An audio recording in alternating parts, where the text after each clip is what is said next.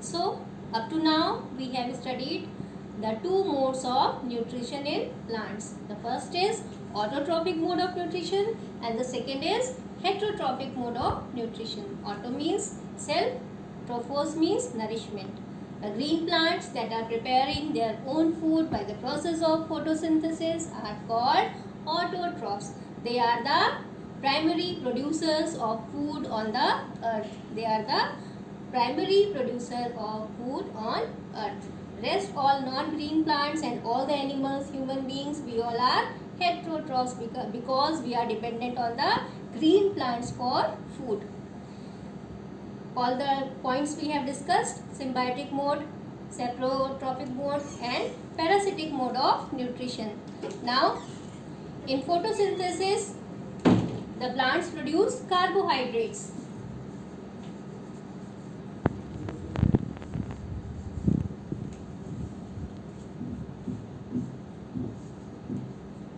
In photosynthesis, the plants produce carbohydrates and oxygen is released in the atmosphere. And among the nutrients, there are carbohydrates, fats, proteins, vitamins, minerals.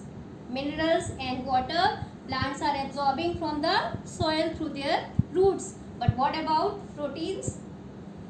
Where do they get the protein from? In class 6 you have studied that protein is one of the most essential nutrient that is needed by the body for growth. So plants also are living things, so they need protein. How do they get this protein from? Only carbohydrates are produced in the process of photosynthesis. Carbohydrate is made up of carbon, hydrogen and oxygen molecule. Carbon, we are absorbing carbon dioxide from the atmosphere, hydrogen in the form of water from the soil, oxygen they are getting from the atmosphere. But the proteins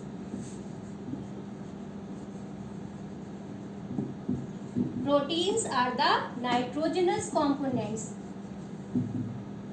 They are nitrogenous components. So the plants need nitrogen to synthesize protein in their body. Where do they get this nitrogen from? Atmosphere? No.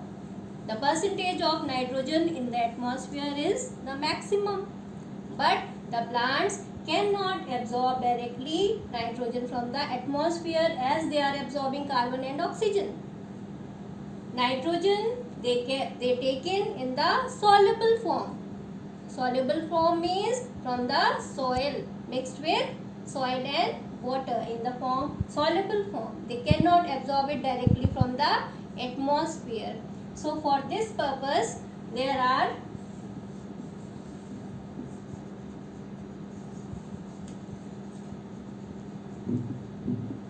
Rhizobium, bacterium.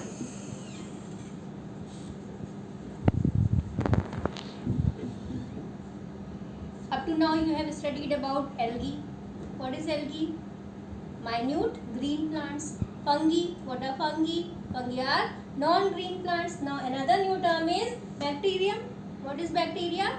Bacteria are neither plants nor animals. They are not considered plants nor they are considered animals. They are the first cell which grew on the earth. They are the primary eukaryotic cells that were grown on earth. They were the first living cell. Rhizobium bacterium absorb. They are found in the roots of leguminous plants. Leguminous. The crops they need more of nitrogen for their growth. So to fulfill this demand of nitrogen, the roots of leguminous plants shelter Rhizobium bacterium in them. They give shelter to Rhizobium bacteria and this Rhizobium bacteria absorbs the nitrogen from the soil. This Rhizobium bacteria absorbs nitrogen from the soil and thus help the leguminous plants to grow. The crop plants, peas and pulses. Okay, so this is the term. Carbohydrates are produced by the process of photosynthesis, and proteins are made with the help of nitrogen. Nitrogen is not absorbed from the atmosphere, it is taken in from the soil in the soluble form.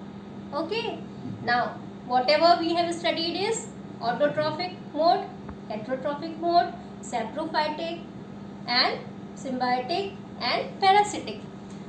The production of carbohydrate and the synthesis of proteins. The necessity of nitrogen for the plant and how do the plants get nitrogen.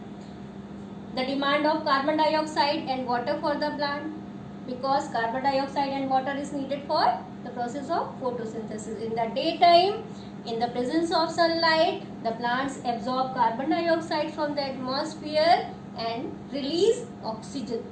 Respiration is the process in which oxygen is released and oxygen is absorbed and carbon dioxide is released. Respiration is also a continuous process for the living thing.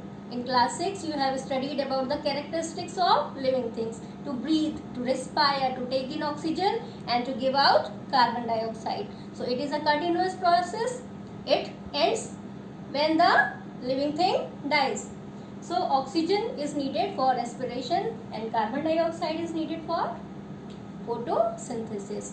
And this balance is maintained by the plants.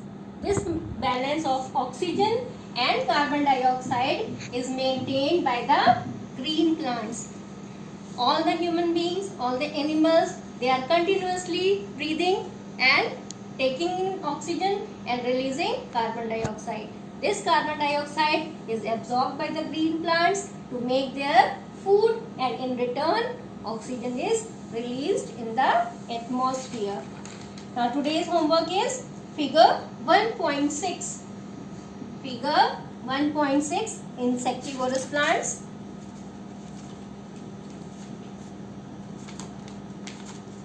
And the process of photosynthesis. Figure 1.3. You have to draw both the figures in your science copy.